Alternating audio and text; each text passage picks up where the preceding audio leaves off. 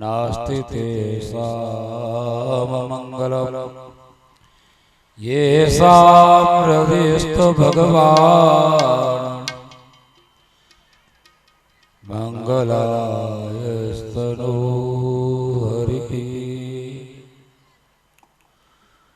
सर्वमंगलमांगल्ये मां शिवे सर्वार्थ साधिके शरण्ये त्र्यंबके गौरी मानहरयणी नमोस्तुते मंगलम भगवान शंभो मंगलम वृषभध्वज मंगलम पार्वतीनाथो मंगलाय हरो हर गुरुर्ब्रह्मा गुरुर्विष्णु गुरुर्देवो महेश्वर गुरु साक्षात् परब्रह्मा तस्मै श्री गुरवे नमः तस्मै श्री गुरवे नमः। बोले सद्गुरुनाथ महाराज की जय। ओम नमः पार्वती पते हर हर महादेव। व्यासपीठ पर दे सर्वे श्रोताजनों ने महादेव महादेव शिव हरे रे शिव हरे रे सांब सदा शिव शिव हरे रे गाओ शिव हरे रे गाओ शिव हरे रे सांब सदा शिव शिव हरे रे गाओ शिव हरे रे शिव हरे रे सांब सदा शिव शिव हरे रे गाओ शिव हरे रे गाओ शिव हरे रे सांब सदा शिव शिव हरे रे सांब सदा शिव शिव हरे रे सांब सदा शिव शिव हरे रे सांब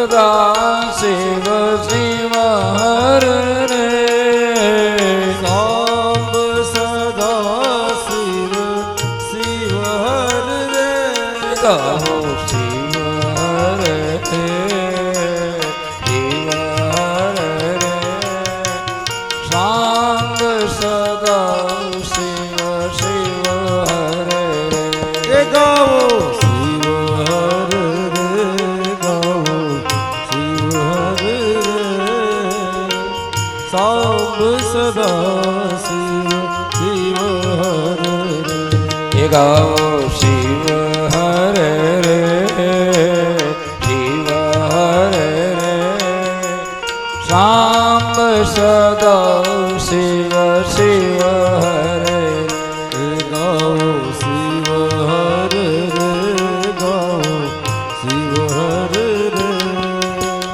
सांब सदा शिव शिव हरे रे सांब सदा शिव शिव हरे रे सांब सदा शिव शिव हरे रे सांब सदा शिव शिव हरे रे सांब सदा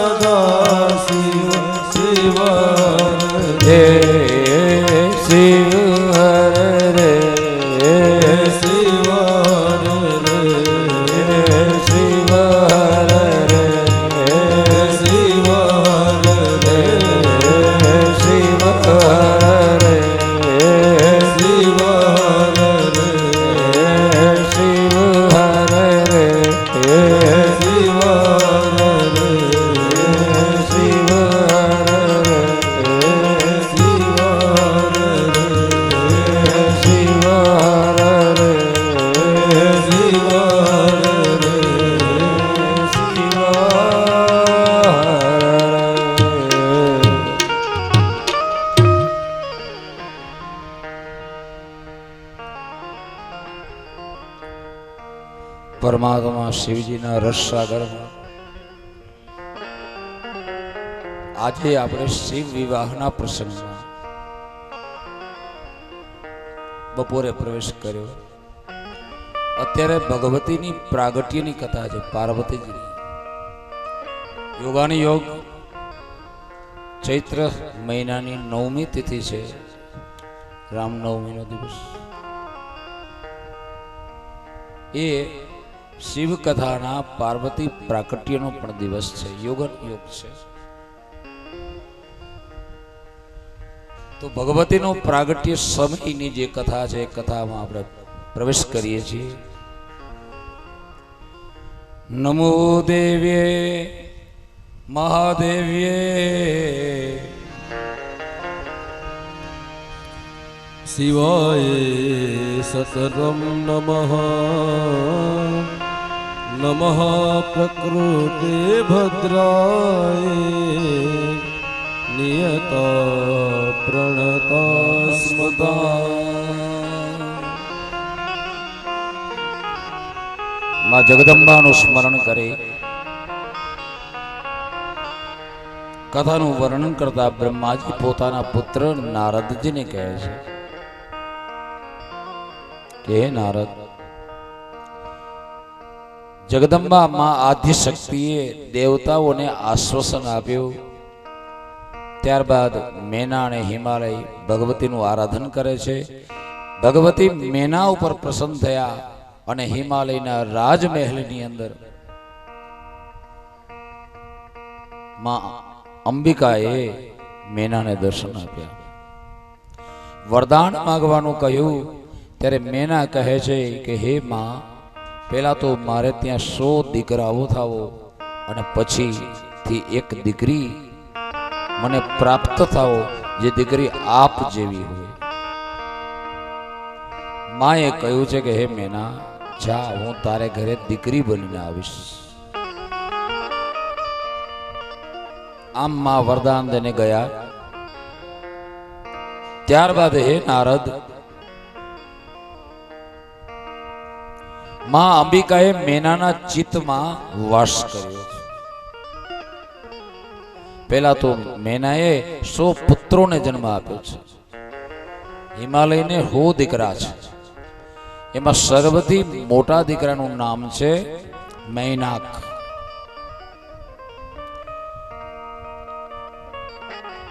હિમાલય પત્ની મેનાએ જે 100 દીકરાઓને જન્મ આપ્યા એ 100 ડુંગર છે, 100 પર્વતો છે. એ બધા જ પર્વતો પેલા પાંખો વાળા હતા.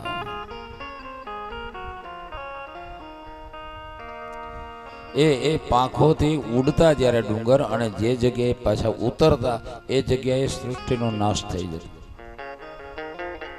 એટલે ઇન્દ્રએ, સ્વર્ગના રાજાએ ઇન્દ્રએ 100 પૈકીના 99 પર્વતોની પાંખો કાપી છે. તેથી આ ડુંગર સ્થિર થયા છે બધા. પણ એક ડુંગર પાંખો વાળો હજી પણ છે. હિમાલય પર્વતનો પુત્ર, મોટો દીકરો જેનું નામ મેનાક પર્વત, એ હજી પાંખો વાળો છે, પણ એ સમુદ્રમાં રહેલો છે. આમ 100 પુત્રો મેનાને થયા. ત્યારબાદ માતાજીએ મેનાના ચિત્તમાં વાસ કર્યો, જેથી કરી અને મેનાને ગર્ભના લક્ષણ પ્રગટ થયા. મેના સામાન્યપણે જે સ્થિતિમાં હતી એના કરતા એનું તેજ સહસ્ત્ર ગણું વધી ગયું છે માતાજીના પધારવાથી.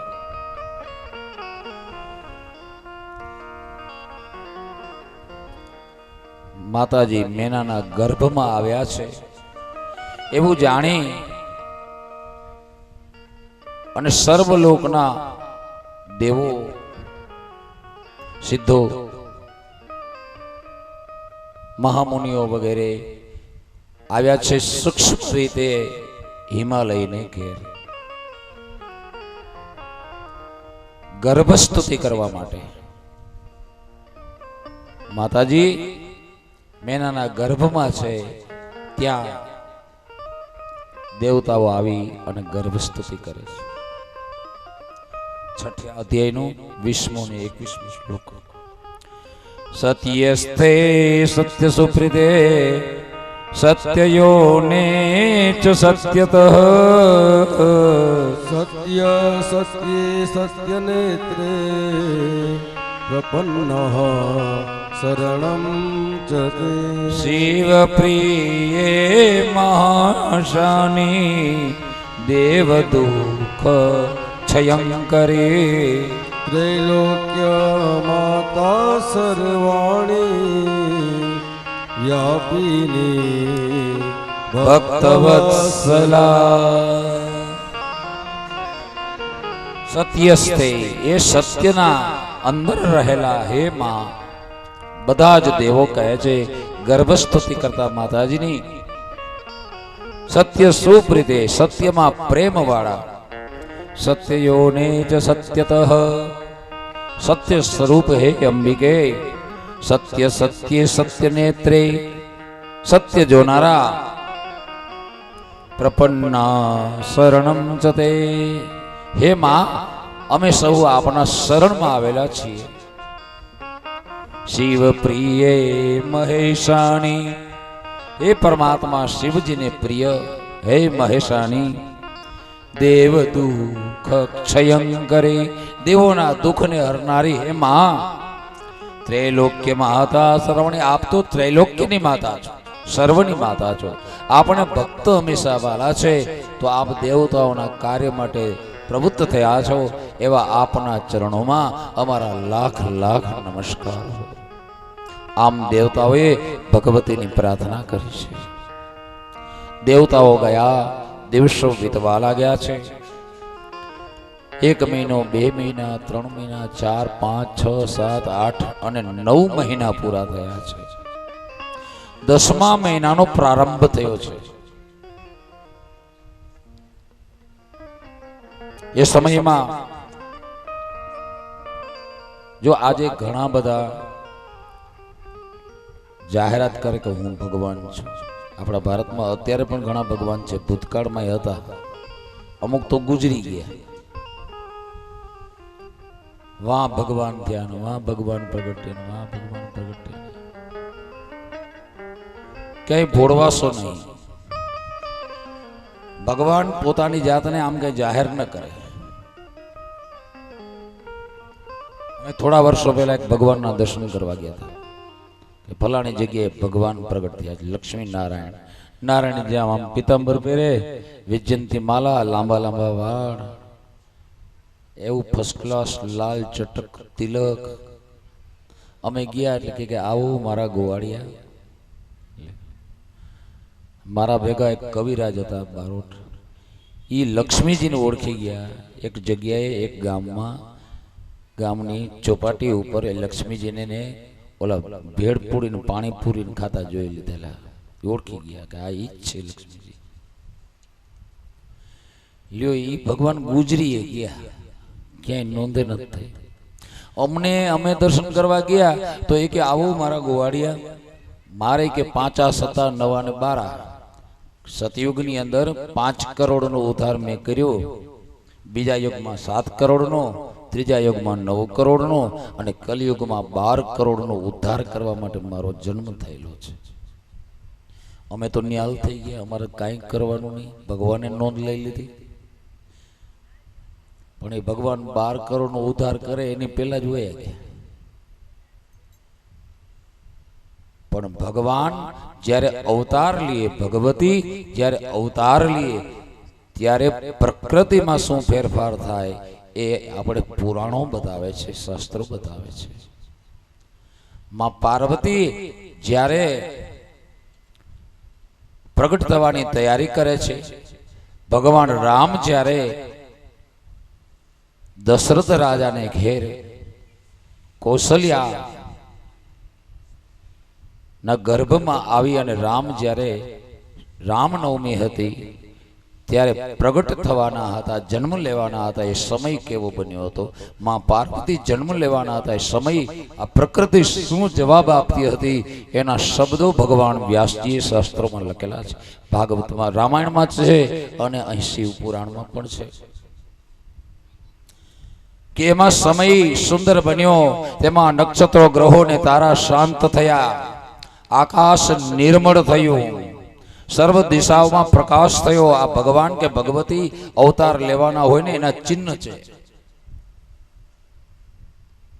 પ્રકૃતિ કહે જંગલો, ગામડા અને સમુદ્રો સહિત આખી પૃથ્વી લગભગ મંગલમય બની. સરોવર અને વાડીઓમાં કમળો ખીલી નીકળ્યા અકાળે. બધા સજ્જનો આનંદ પામ્યા અને દુર્જનો દુઃખ પામ્યા. દેવતાઓ આકાશમાં આવી અને દુદુંબી નગાડા વગાડવા લાગ્યા. પુષ્પોની વૃષ્ટિ થવા લાગી. ઉત્તમ ગંધર્વો ગાવા લાગ્યા. વિદ્યાધરોની સ્ત્રીઓનો અપ્સરાઓ આકાશમાં આવી અને નાચવા લાગી. અને એ વખતે તેઓનો મોટો મહાન ઉત્સવ ત્યાં આકાશ તળે થઈ રહ્યો. આ લક્ષણ છે ભગવાનના અવતારના, માતાજીના અવતારના. આવા લક્ષણો થાય ત્યારે માનું કે આ ભગવાન છે. બાપ તસ્મિન અવસરે દેવી પૂર્વ શક્તિ શિવાસતે આવિર્બભૂવ પુરતો મેનાયા નિજ રૂપતઃ. જ્યારે આ પ્રકૃતિ આવો જવાબ આપવા લાગી, આકાશ મંડળમાં દેવતાઓ નગારા વગાડવા લાગ્યા, અપ્સરાઓ નાચવા લાગી, પુષ્પોની વૃષ્ટિ ત્યાં થવા લાગી. એ સમયે ભગવાન વ્યાસજી લખે છે કે તસ્મિન અવસરે દેવી પૂર્વ શક્તિ શિવાસતી આવિર્બભૂવ પુરતો મેનાયા નિજ રૂપતઃ. અડધી રાત્રિમાં એવા સમયે માતાજી મેનાની આગળ એના ગર્ભમાંથી બહાર આવીને પ્રગટ થયા છે. તસ્મિન અવસરે દેવી પૂર્વ શક્તિ શિવા સતી.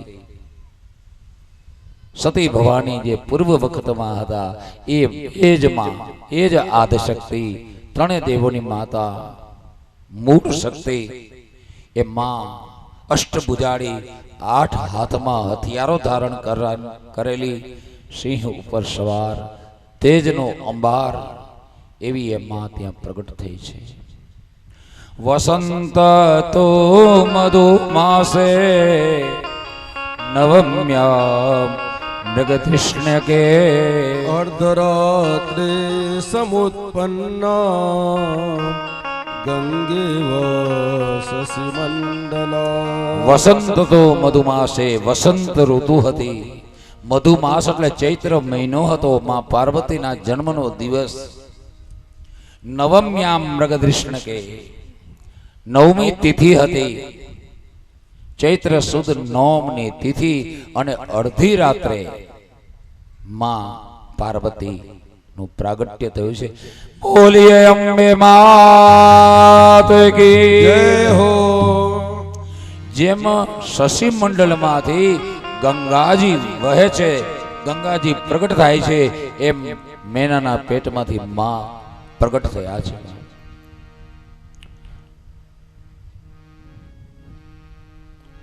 મહિનામાં, ચૈત્ર મહિનામાં 9મી તિથિ અને મૃગશીર્ષ નામના નક્ષત્રમાં અડધી રાત્રે જગદંબા પ્રગટ થયા. જેમ લક્ષ્મી સમુદ્રમાંથી બહાર આવે ને, એમ માં પાર્વતી મેનાના પેટથી બહાર આવ્યા છે. એ સમયે પોતાના દિવ્ય સ્વરૂપે પ્રગટ થયેલા એ વખતે આખું જગત પ્રસન્ન થયું. ફૂલ ગંભીર અને સુગંધી પવન ત્યાં વાવા લાગ્યો. આકાશમાંથી જળની વૃષ્ટિ પૂર્વક પુષ્પોની વૃષ્ટિ થઈ છે. જેમ વરસાદ વરસે ને એમ ફૂલ આકાશમાંથી વરસ્યા છે. પુષ્પ અગ્નિઓ શાંત રીતે પ્રકાશવા લાગ્યા અને હળવા હળવા મેઘ ગાજવા લાગ્યા, વરસાદ ગાજવા લાગ્યા છે. આ જગદંબાના અવતારની સાબિતી કહેવાય, ભગવાનના અવતારની સાબિતી કહેવાય. આવી રીતે પ્રકૃતિ જ્યારે કરે ત્યારે માનવું કે ભગવાનનો અવતાર થયો છે.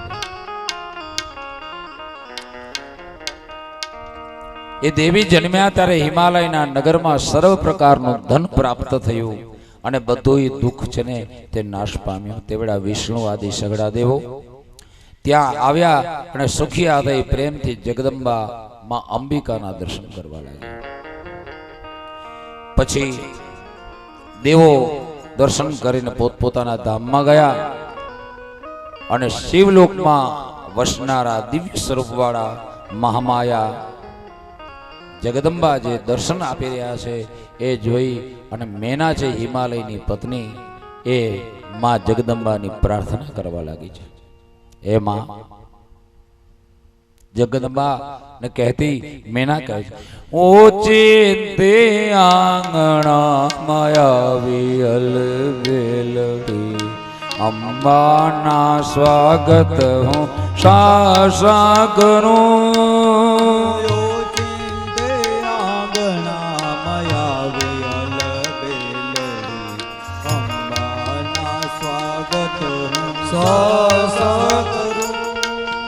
ઓચિંતી આંગણામાં અલબેલડી અંબાના સ્વાગત સાસા કરું. બેલી મારી આખડીને બેલી હૃદય પાખડી, ભીની મારી આખડી ભીની હૃદય પાખડી. અસુરો અભિષેકે હું ધારા કરું. એ અસરો અભિષેકની હું ધારા કરું. યોચિંતે આંગણા મયાવી અલબેલડી અંબાના સ્વાગત હું શાસા કરું. એ ઓચિંતી આંગણામાં અલબેલડી અંબાના સ્વાગત હું સાસા કરું.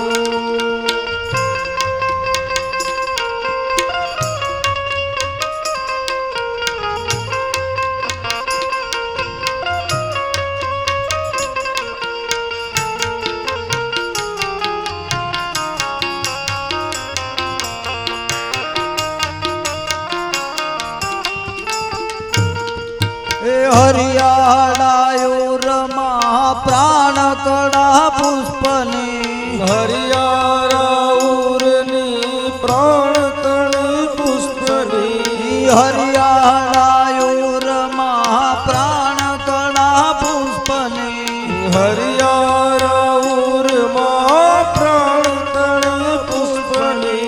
હૈયાના હાર માને અર્પણ કરું. હૈયાનહાર મને અર્પણ કરું. ગણામાં આવી અલબેલડી અંબાના સ્વાગત સાસા કરું.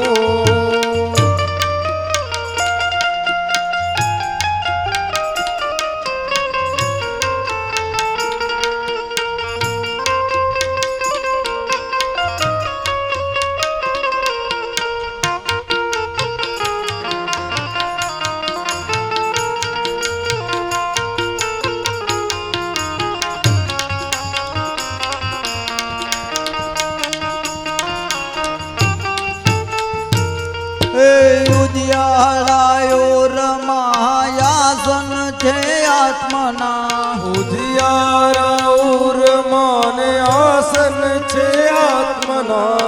ઉદિયાળાયો રમાયાસન છે આત્મના, ઉદિયારાઉર માસન છે આત્મના. પ્રેમે પધરાવી માન પૂજન કરું. હે પ્રેમે પધરાવી માના પૂજન કરું. ચિંતે આંગણા મયાવી અલબેલડી અંબાના સ્વાગત હું શાસા કરું. હે ઓચિંતી આંગણામાં આવી અલબેલડી અંબાના સ્વાગત સાસા કરું.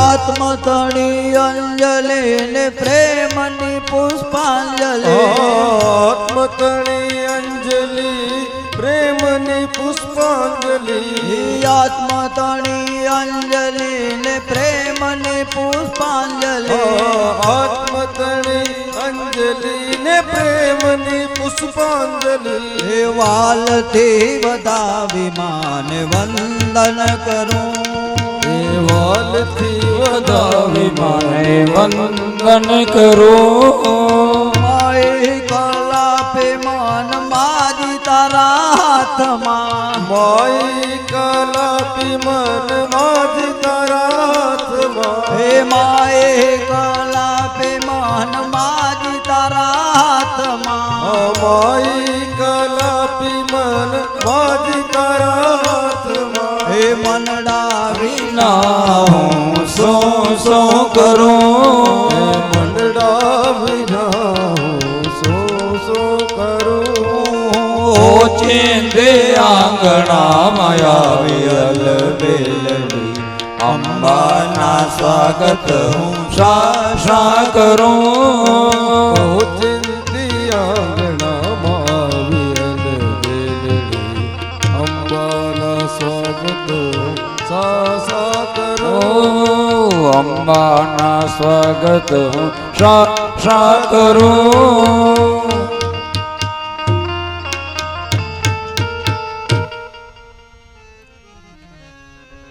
માં મેનાએ અંબિકાની પ્રાર્થના કરી છે. એમાં આપની પ્રાર્થના આપની સ્તુતિ હું કઈ રીતે કરું? આપ તો જગત જનની છો. આપનું સ્વાગત આપની સેવા હે માં હું કઈ રીતે કરું? આમ માં મેના અંબિકાની પ્રાર્થના કરે છે અને હે માં હવે આપ બાળકી સ્વરૂપે થઈ જાઓ. હિમાલયના રાજમહેલની અંદર કોઈ લાઇટ બત્તીની જરૂર નથી. હીરાના પ્રકાશથી આખો મહેલ ઝળહળતો, કારણ કે હિમાલય પોતે રત્નોની ખાણ છે. આખા વર્લ્ડને આખી દુનિયાને હીરા આપતો તો હિમાલય છે. અમૂલ્ય પ્રકારના હીરાઓ આજે પણ હિમાલયમાંથી પ્રાપ્ત થાય છે. કારણ કે હિમાલયનો વિસ્તાર અતિશય મોટો છે.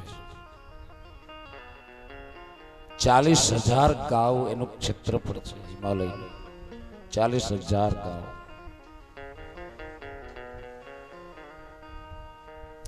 એક 1,20,000 કિલોમીટર એનું ક્ષેત્રફળ છે હિમાલય.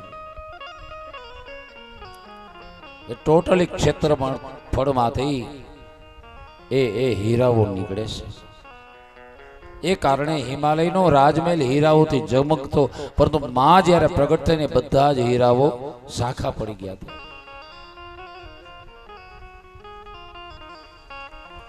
એ સમયે મેના કહે છે, હે ભગવતી, આપ હવે પ્રત્યક્ષ બાલકી સ્વરૂપ ધારણ કરો, બાળકી બનો. માં પાર્વતી કહે છે કે હે મેના, તને મારું વિસ્મરણ ન થઈ જાય એટલે મેં આ સ્વરૂપ ધારણ કર્યું છે. તું મને ભૂલી ન જાય એટલે મેં આ સ્વરૂપ ધારણ કર્યું છે. આ સ્વરૂપ જે તું જોઈ રહી છે એનું તું સદાકાળ ધ્યાન કરજે. આમ કહીને માં એક નાનકડી બાલકી સ્વરૂપ થઈ ગયા છે. બાળકી બનીને રુદન કરવા લાગ્યા, રડવા લાગ્યા છે. અડધી રાત્રેના 12 વાગ્યા પછી એમનું રુદન સાંભળી અને હિમાલયના જે દાસીઓ મહેલની અંદર રહેનારા હતા, ભીતરિયા, એ બધા જાગી ઉઠ્યા છે અને દોડ્યા છે. આવી જોયું તો એક સુંદર મજાની બાળકી મેનાની પાસે રડી રહી છે.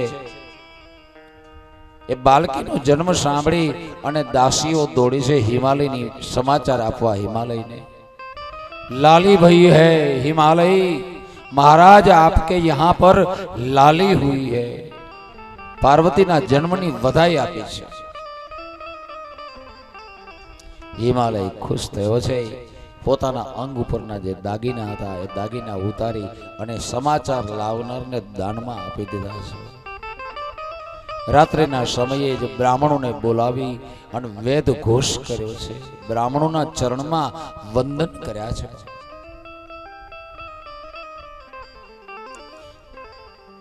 અને એ રાત્રિમાં જ આખી નગરીના લોકો ત્યાં એકત્રિત થઈ ગયા છે.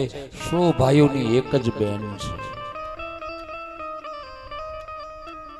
રાત્રિ એક ક્ષણની પેઠે હિમાલયના નગરની રાત્રિ વીતી ગઈ છે. પછી તો દિવસ જવા લાગ્યા. પાર્વતી મોટા થવા લાગ્યા છે. નામકરણ સંસ્કાર કરવામાં આવ્યો છે. કુલગુરુ ગર્ગાચાર્યજીને બોલાવીને એ પર્વતને યોગ્ય પર્વતની પુત્રી હોવાથી પાર્વતી એવું એનું નામ રાખ્યું છે. બોલીએ પાર્વતી માત કી જય હો. આમ પાર્વતી નામ રાખ્યું માનું. બીજું નામ એનો અંગનો વર્ણ શ્યામ હોવાથી કાલી એવું રાખ્યું છે. કાલી. ત્રીજું નામ એ તપ કરવા જાતા હતા ત્યારે માં મેનાએ કહ્યું હતું કે હે ઉ એટલે દીકરી, એ તું તપ કરવા માં જા. એ તું તપ કરવા માં જા. માં એટલે ઉમા નામ રાખ્યું છે. આજ છે માં મોમાઈ. મોમાઈના નામ ઉપરથી આપણું આર્થિક પાટનગર ભારતનું મુંબઈ થયું છે. મુંબઈ મોમાઈના નામ ઉપરથી પડ્યું છે. મોમાઈ આદિ શક્તિ છે. બાપ ભારત દેશની કુળ દેવી છે. આ ભારત દેશની કુળ દેવી છે મોમાઈ. શિવ ભક્તોની માં છે મોમાઈ.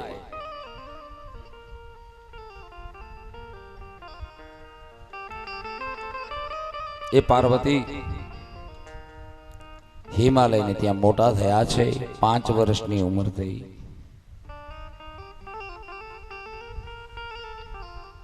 હિમાલયે સોનાના ઝાંઝર બનાવી આપ્યા છે. સોનાના ઝાંઝર પગમાં ધારણ કરે છે. નાની નાની ડગલી ભરતી એ દીકરી 100 ભાઈઓની લાડકડી બહેન એ હિમાલયના રાજમહેલમાં બાળ લીલા કરે છે. એની ઉંમરની જ 5-5 વર્ષની 2 છોકરીઓ એની બેનપણી થઈ છે માં પાર્વતીની. એનું નામ છે જયા અને વિજયા. ત્રણેય બેનપણીઓ હિમાલયના મહેલની અંદર રમે છે. ક્યારેક મહેલથી બહાર નીકળીને સામે જ ગંગા નદી વહે છે. ગંગા નદીના તીરે જયા વિજયા અને માં પાર્વતી રમે છે ને ત્યારે એની બાળ રમતમાં પણ ભગવાન શિવની સેવા છે. ભગવાન શિવની પૂજા છે. ત્રણેય બેનપણીઓ નાનકડી નાનકડી શિવલિંગ બનાવી અને એનું પૂજન કરે છે. એની પાસે પલોઠી વાળીને બેસે, આંખું મીચીને બેસે.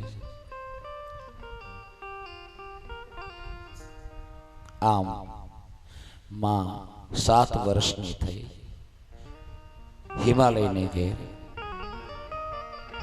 નારદજીને એક લગ્ન લાગે છે કે હિમાલયને ઘેર માં આદ્યશક્તિ આવી છે. મને એવો લાવ ક્યારે મળે કે માના ચરણ સ્પર્શ કરું. ચરણ સ્પર્શ માતાજીના કરવાના ભાવથી કરી, ઈચ્છાથી કરી અને નારદજી એક વખત આવ્યા છે હિમાલયને ઘેર. નારદજી પાત્ર એવું છે બાપ, તને લોકમાં કોઈના પણ દરબારમાં કોઈને પણ ઘરે જાય ત્યાં નારદનું સ્વાગત થાય. નારદ દેવ દરબારમાં જઈ શકે, નારદ દાનવ દરબારમાં જઈ શકે, નારદ અસુર દરબારમાં જઈ શકે, નારદ નાગ દરબારમાં જઈ શકે અને નારદ માનવ દરબારમાં પણ જઈ શકે.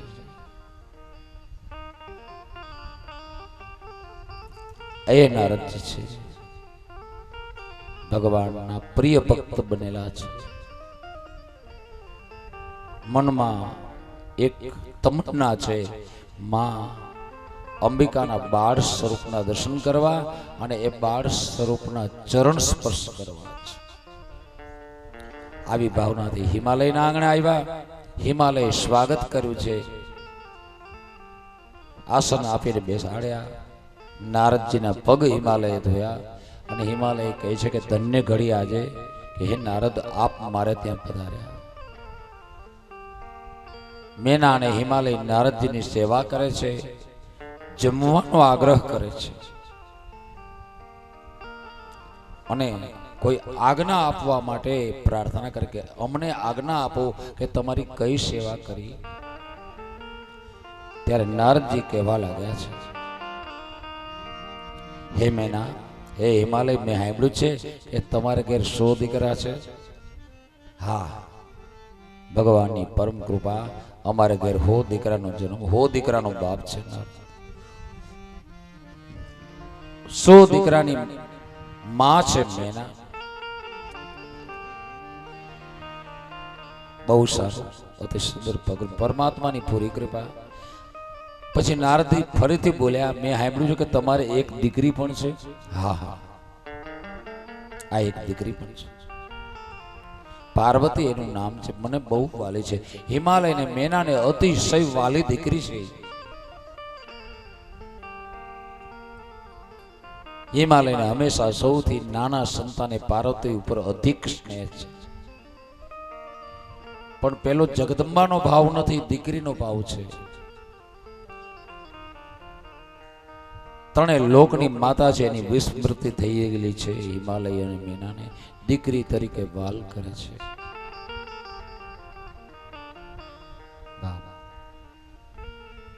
ત્યારે નારદ ને નમસ્કાર કરીએ અને મેના કહે છે કે મારે દીકરીને બોલાવવું, પણ એક નારદજી મારા પર તમે કૃપા કરો ને. મેં સાંભળ્યું છે કે તમે જોશ પણ સારા જુઓ છો, જોશી પણ છો, જ્યોતિષ પણ જાણો છો. હા, જ્યોતિષ જાણો છો. નારદજીએ ઘાએ ઘા નિર્ણય કરી લીધો છે. આ તક જે આવી છે ને એ છોડવી ન જોઈએ. હા, બોલો શું જોશ જોવા છે, કેના જોવા છે? ત્યારે મેના કહે છે મારી દીકરીના જોવા છે. બોલાવ તારી દીકરીને. નારદજી તો એ આશાએ જ આવ્યા છે, મનમાં તમન્ના, હૈયું હિલોડે ચડેલું છે. બોલાવ તારી દીકરીને. મેના દોડી છે અને બેનપણીઓની હારે રમતી પાર્વતીની આંગળી પકડી અને માં દોરીને લાવી છે એ રાજમહેલમાં. આરી મારી દીકરી પાર્વતી. નારદજી જુએ છે, હે માં, તું દયા કરજે, હું કરું એમ કરવા દેજે માં. મનોમન પ્રાર્થના કરે છે નારદ. મેના કહે છે કે આ મારી દીકરી, બોલો શું જોવું, તાકે એને કેવો વર મળશે એ મારે જોવરાવું તમારી પાસે. તમારે જે જોવું હોય તે જોવો. આના જન્મ સમયના જન્મ કુંડલી જુઓ, જન્મના સમયે એના લગ્ન સ્થાનમાં કયા ગ્રહ છે, કયો ગ્રહ કઈ સ્થિતિમાં છે, એ બધું જુઓ. પણ મારી દીકરીને કેવો વર મળશે એ કહો. નારદજી બોલાવે છે, અહીંયા આવ બેટી. બોલાય. પાર્વતીનો હાથ પકડી ને માં તું મને માફ કરજે મનોમન કહી અને નારદજી પોતાના ખોળામાં હોડાવી એ માને. કેવો ભાગશાળી એ ઋષિ, કેવો ભાગ્યશાળી એ બ્રાહ્મણ, એ કેવો ભાગ્યશાળી ભગત કે જગતની માં જગદંબા આખા જગતને પોતાના ખોળામાં હિંચકાવે. એ જગતની માને પોતાના ખોળામાં લીધો છે. આવી તકો અમુક અમુકને જ પ્રાપ્ત થઈ છે. આ જુનાગઢ જિલ્લાનું બિલખા ગામ, ત્યાંનો શેઠ સગાડ શાહ અને એની ઘરવાળી ચંગાવતીને કેવું ભાગ્ય. આખા જગતનો બોજો ધારણ કરનાર કાળિયા ઠાકર કૃષ્ણ જ્યારે સાધુ બનીને ગયો બિલખા ગામના પાદરે, ત્યારે એ ચંગાવતી એ ઠાકરને પોતાના માથે ઉપાડ્યો હતો. આ દેશની નારી કેટલી ધન્યવાદ. માં યશોદાને એ ભાગ્ય નથી મળ્યું, એ ભાગ્ય આપણી ભારતના આપણા સોરઠના સંતોને મળ્યું છે. નારદજી ખોળામાં રહેલી પાર્વતીના જમણા ચરણને સ્પર્શ કરે છે. રેખા હાથની જોવાની હોય પણ દોડ કરે છે. નારદજી દેખાવ કરે છે ચરણની રેખા જોવાની. આમ ચરણ હાથમાં લઈ અને પોતાના માથે સ્પર્શ કરાવી લીધો છે. માના ચરણનો સ્પર્શ નારદજીએ વાત વાતમાં પોતાના મસ્તકે કરાવી લીધો છે. ખબર છે આ ત્રણેય લોકની માં છે. આ તક મુકાય માના ચરણ જોયા છે, પછી માનું તાળવું જોયું છે. તાળવું લલાટને રેખા જોઈ, પછી હસ્ત રેખા જોઈ, જમણો હાથ પકડ્યો માતાજીનો. જુએ છે નારદજી એ આયુષ્ય રેખા છે, મસ્તક રેખા છે, આ હૃદય રેખા છે, અહીં લગ્ન રેખા. મનુષ્યની લગ્ન રેખા ક્યાં હોય? ટચલી આંગળી છે એની સાઈડમાં લગ્ન રેખા હોય, ત્યાં બાજુમાં સંતાન રેખા હોય. આ મણિબંધ છે. હાથ પૂરો થાય, હથેળી પૂરી થાય અને હાથની શરૂઆત થાય, આ કાંડાની અંદર જે રેખાઓ હોય એને મણિબંધ કહેવાય. એ જે પેલો મણિબંધ છે ને હથડીને અડતો, એ મણિબંધ જો અખંડ હોય ને તો બાળપણ સુખ વાળું વીતે છે. વચ્ચેનો મણિબંધ જો અખંડ હોય ને તો જુવાની સુખબંધ વીતે છે. ત્રીજો મણિબંધ જો અખંડ હોય ને તો વૃદ્ધાવસ્થા સુખમય જાય છે. આ જ્યોતિષ એમ કહે છે.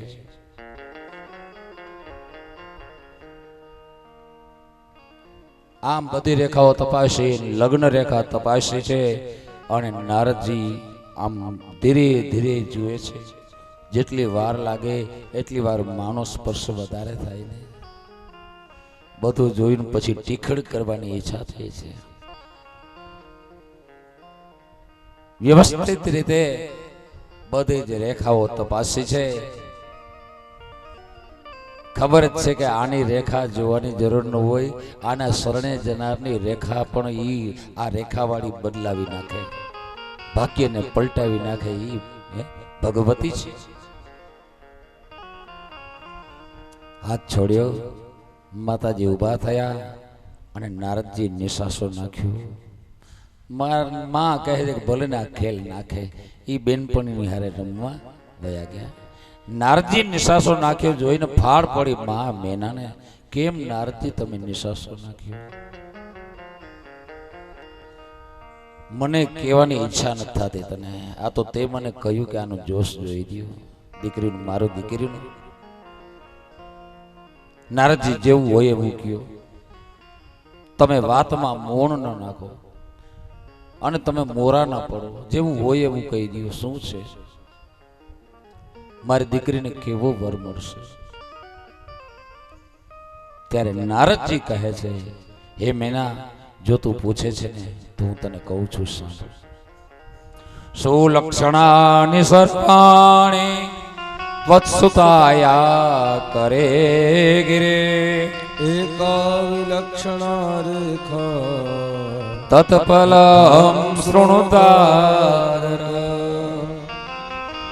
હે મેના, તારી દીકરી પાર્વતી છે ને, સુલક્ષણાની સર્વાણી, એની બધી રેખા બધી સુલક્ષણ છે. તત્સુતાયા કરે ગિરે. તત્સુતા એટલે તારી સુતા, એટલે તારી દીકરીના કર એટલે હાથની. હે ગિરે એટલે હિમાલય. સાંભળ, તમારી જે દીકરી છે ને એના હાથની રેખા આમ તો બધા સારા લક્ષણ બતાવે છે, પણ એકા વિલક્ષણ રેખા તત્ફલમ શૃણુતાદરા. એક વિલક્ષણ રેખા છે. હિમાલયને મેના બોલી ઉઠ્યા, કઈ રેખા મારી દીકરીની નબળી પડે છે? ત્યારે નારદ કહે છે કે તમારી જે દીકરી પાર્વતી છે ને એની લગ્ન રેખા છે ને, લગ્ન રેખા વિલક્ષણ છે. એકા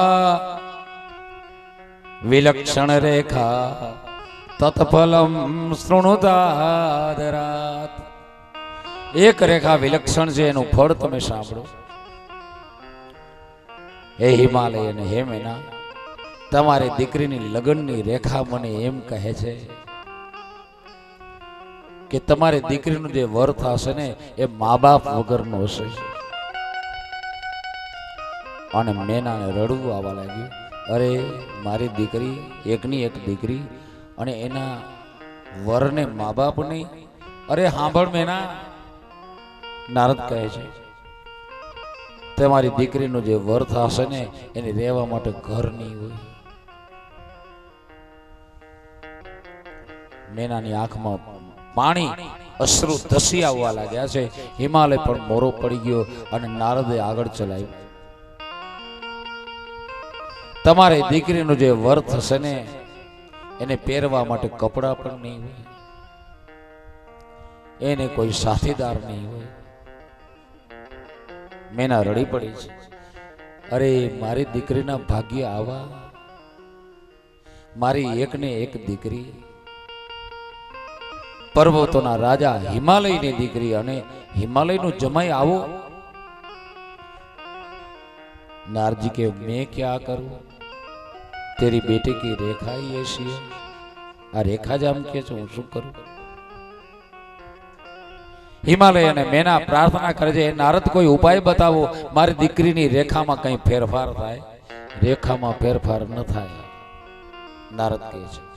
पण हाँ, ज्योतिष शास्त्र में एक उपाय छे, तारी दीकरीना भाग्यने बदलवा माटे. जल्दी जल्दी कहो, जल्दी ने बतावो ने. जोशी तमे जोस्ता जुओ, जल्दी जल्दी. त्यारे नारद कहे छे, हे मेना, तारी दीकरी आ मोटी थाय अने भगवान शंकर माटे जो तप करे अने भगवान शंकर आना जो धणी थाय ने पति थाय ने तो बधी कुलक्षणों ने बधा सुलक्षण थई जाए. कारण के महादेव एक ज देव एवा छे. नारद कहे छे के तादसोस्ति वरह संभो लीला रूप दरह प्रभो कुलक्षणानि सर्वाणि तत्र तुल्यानि सद्गुणी. इने तो तारे दीकरी परणावीश ने त्यारे बधा कुलक्षण होय, रेखाओ खंडित होय, बधी संधाई जाए अने कुलक्षण जे कुलक्षण बतावती होय रेखा ए बधी सुलक्षणी बनी जाए छे. महादेव पासे पहुंचे.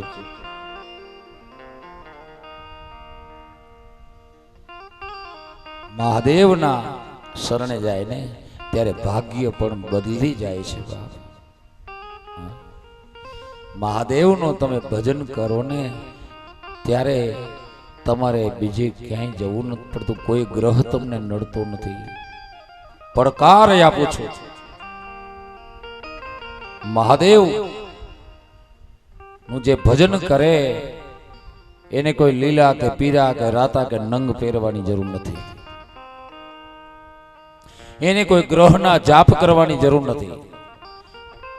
ભલે તમારો રાહુ 8મો હોય કે 12મો હોય કે 4થો હોય, શનિ 8મો હોય કે 12મો હોય કે 4થો હોય, મંગળ વિપરીત ભલે હોય, માંગલિક કન્યા હોય ભલે, પાઘડી માંગલિક પાઘડી વાળો ભલે હોય, ગભરાવાની જરૂર નથી. મારા મહાદેવનું શરણું લ્યો. કોઈ ગ્રહ નડે ને તો મને કહેજો. કોઈ ગ્રહ 9 પૈકીનો એક પણ ગ્રહ નથી નડતો ભગવાન શિવના ભક્તને. પરમાત્મા શિવનું પૂજન કરો, પરમાત્મા શિવનું ધ્યાન ધરો, પરમાત્મા શિવનું સ્મરણ કરો ને એકે પણ ગ્રહ નડતો નથી. કારણ પેલો ગ્રહ કયો? બ્રહ્મા મુરારી ત્રિપુરાંતકારી ભાનુ શશી ભૂમિ સુતો બુધશ્ચ ગુરુશ્ચ શુક્ર શનિ રાહુ કેતૌ સર્વે ગ્રહ શાંતિકરામ ભવંતુ. પેલો ગ્રહ છે રવિ, સૂર્ય ગ્રહ.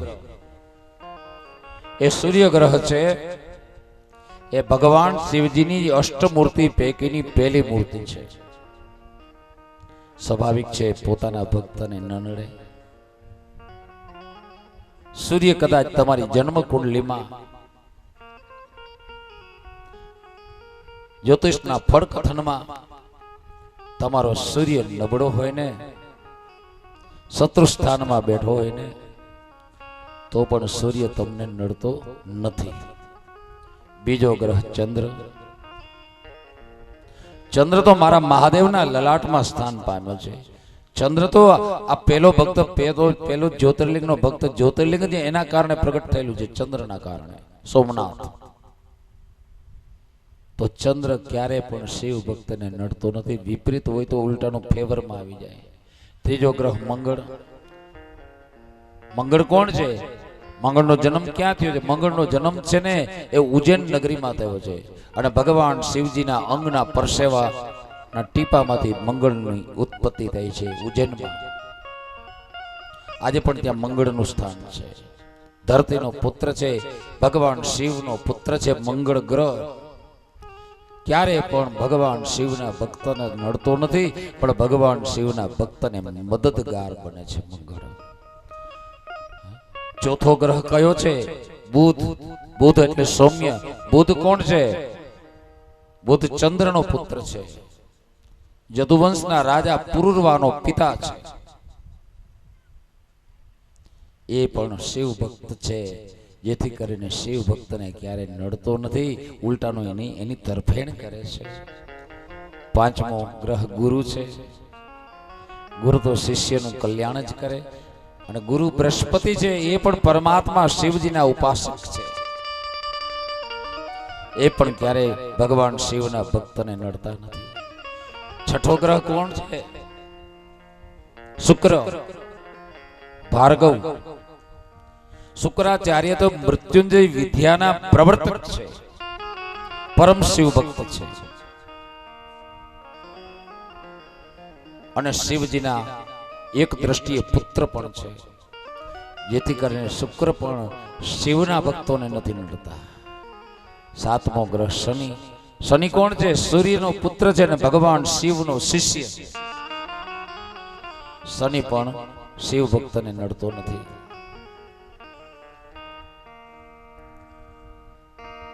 ભલે શનિ અને મંગળ ગ્રહ ક્રૂર કહેવાતા હોય જ્યોતિષમાં, પરંતુ શનિ દેવ છે ને એ શિવ ભક્તોને ક્યારે હાનિ કરતા જ નથી. શિવ ભક્તોને કોઈ ન્યાય અપાવનાર દેવ હોય, ગ્રહ હોય તો શનિ ગ્રહ.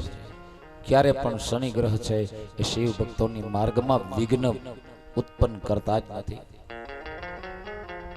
આઠમા અને નવમાં રાહુ અને કેતુ નામના ગ્રહ છે. એ રાહુ અને કેતુ મારા મહાદેવની મુંડમાળા છે ને એની માલિકો રહેલા છે. શિવ ભક્તોને ક્યારે નડતા નથી. એ 9 ગ્રહ પૈકીના કોઈ પણ ગ્રહ ભગવાન શિવના ભક્તને નડતા નથી. ક્યારે પણ ડરવું નહીં, શિવ ભજન વધારવું. ઉલટાના કોઈ પણ ગ્રહ છે એ ફેવરમાં આવી જાય છે. ભાગ્યને બદલનાર ભગવાન કોઈ હોય તો મારો મહાદેવ છે. ભાગ્યને બદલી નાખે છે. નારદજી કહે છે કે કુલક્ષણાની સર્વાણી. બધા કુલક્ષણ જે રેખાઓ ધરાવતી હોય, ભાગ્ય ધરાવતો હોય તો એ બધા સુલક્ષણ બની જાય છે. માટે તારી દીકરીને કહેજે કે મહાદેવ માટે તપ કરે.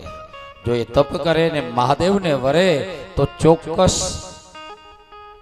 આ બધા કુલક્ષણ છે એ સુલક્ષણ બની જાય. કારણ કે ભગવાન શંકર અજન્મા ઈશ્વર છે, એને માતા પિતા નથી, એ બધેનો બાપ હે. કારણ કે સાહેબ સभी का बाप है, बेटा किसी का नहीं, बेटा हो कर अवतरे वो साहेब नहीं. साहेब सभी का बाप है, बेटा किसी का नहीं. મારો મહાદેવ બધેનો બાપ છે, કોઈનો દીકરો નથી. હે મેના,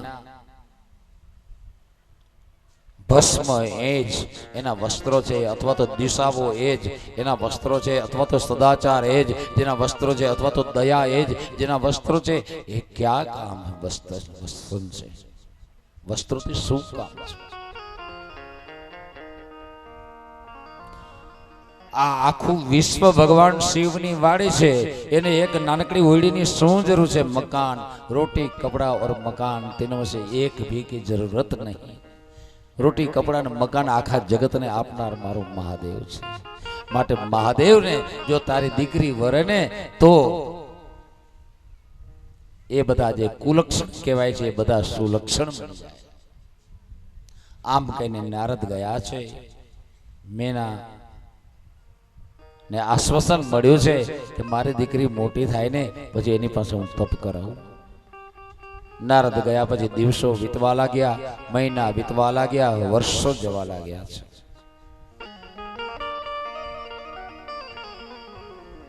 માતાજી યુવાનીના ઉંબરામાં પગ મૂકે છે. મેનાને વાત યાદ છે, મારી દીકરીની લગ્ન રેખા નબળી છે, એના માટે મારી દીકરીએ તપ કરવું પડશે. પણ માં પાર્વતીનું શરીર કેવું છે? માં પાર્વતીના શરીર ઉપર એક ફૂલની પાંખડી ફેંકી હોય ને તો એ ઈજા ઉપજે એવું કોમળ શરીર છે. એક ફૂલની પાંખડી માતાજીના શરીર ઉપર ફેંકી હોય ને તો એની નિશાની પડી જાય એવું કોમળ શરીર, એવી કોમળ હૃદયવાળી, એવી કોમળ દિલવાળી, એવા કોમળ શરીરવાળી મારી માં પાર્વતી છે. કઈ રીતે આ મારી દીકરીને કહું કે તું તપ કર? કારણ કે તપશ્ચર્યા તો કઠોર હોય છે. કેમ કેમ મેના વિચાર કરે છે. માં પણ મેનાના ભાવ પરથી સમજી જાય છે કે મારી માં મને તપ કરવાનું કઈ શકતી નથી. મારા શરીર સામું, મારા દેહ સામું જોવે છે, મારા કાર્ય સામું જોતી નથી. રાહ જોવે છે યોગ્ય સમયની. 12 વર્ષની ઉંમર થઈ. એક વખત સવારના પોરમાં માં મેના, પિતા હિમાલય, માં પાર્વતી ત્રણે બેઠા છે. મારા પાર્વતી કહે છે, માં મને આજ રાત્રિના પાછલા પ્રહોરે એક સપનું આવ્યું છે. શું આવ્યું દીકરી? મેના પૂછે. માં આપણું જે ગંગા અવતરણ નામનું શિખર છે ને ત્યાં કોઈ યોગી તપ કરવા આવ્યા હોય ને એવું મને લાગ્યું સપનામાં. મને એવું લાગ્યું કે યોગી ખરેખર યોગી નહીં પણ ભગવાન શંકર હતા. સપનામાં મેં જોયું કે હું એની સેવા કરવા જઈ રહી છું, મારી 2 બેનપણીઓને હારે લઈને. આવું સપનું મને 4 વાગે આવ્યું છે. ત્યારે હિમાલય બોલ્યો છે કે હેમેના મને પણ પાછલી રાત્રે લગભગ રાતના 4 વાગે સપનું આવ્યું કે આપણા ગંગા અવતરણ શિખર, જે આપણી દીકરીને સપનું આવ્યું ને એ જ ઠેકાણે ગંગા અવતરણ શિખરે કોઈ યોગી રાજ આવ્યા હોય એવા મને વાવડ મળ્યા. એટલે હું તપાસ કરવા ગયો અને ત્યાં જોયું કે હા યોગીરાજ હતા અને એને મેં ઓળખ્યા. એ કૈલાશપતિ ભગવાન શંકર હતા. ત્યારબાદ હું આપણી દીકરી પાર્વતીને હારે લેવા ગયો, હારે લઈને ગયો એના દર્શન માટે.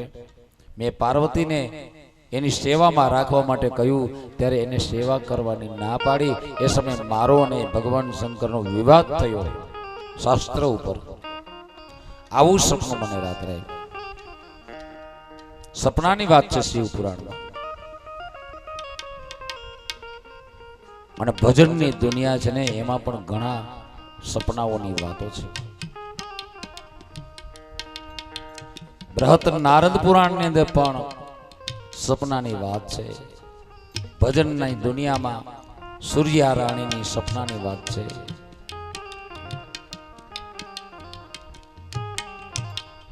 એમ એ તો જૂના કાળની વાત થઈ ગઈ.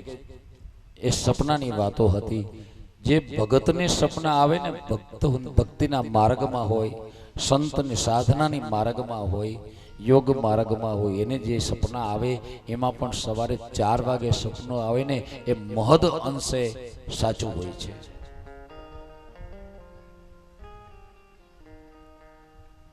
જુગારીયાઓને, દારૂડિયાઓને, કામીઓને ને ક્રોધીઓને સપના આવે એ મોટે ભાગે જૂઠા હોય છે. અહીં તમને હું એક એવા સપનાની વાત કરું,